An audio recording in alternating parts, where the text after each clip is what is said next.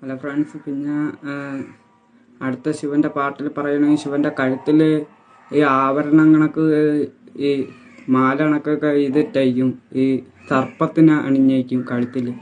അതെന്തോത്തിനാണ് ഉപയോഗിക്കുന്നതെന്ന് വെച്ച് കഴിഞ്ഞാൽ ശിവൻ ഭയങ്കര വിരോധിയാണ്. എന്ന് വെച്ച് കഴിഞ്ഞാൽ ശിവന് വിഷമം വന്നാലും ഇന്നിപ്പോൾ ദേഷ്യം വന്നാലും ശിവ ഒരു മന്ദത്തിനകത്ത് ഓരോ സൈസ് സ്വഭാവം കൂടെ കാണിക്കാറുണ്ട്. എന്ന് വെച്ച് കഴിഞ്ഞാൽ പുള്ളിക്കാരൻ കാലകൂടി വിഷു അങ്ങനെ എന്തരൊക്കെ ഈ പുരാണത്തിൽ ഞാൻ കേട്ടിട്ടുണ്ട്. ഈ വിഷം എടുത്ത് കുടിക്കും.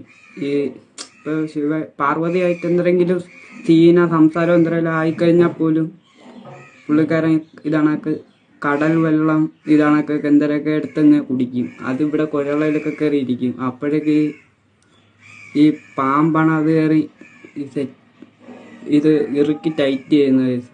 പാർവതി പിടിച്ചാലൊന്നും നിൽക്കത്തില്ല. അപ്പോൾ തിരിച്ച് ഇത് മുമ്പോട്ടെടുക്കുന്നത് കേസ്. അതിനാണ് ഇത് ഉപയോഗിക്കുന്നത്, ഈ പാമ്പിനെ അണിഞ്ഞിരിക്കുന്ന കേസ്. അപ്പോൾ അടുത്ത വീഡിയോ കാണാം.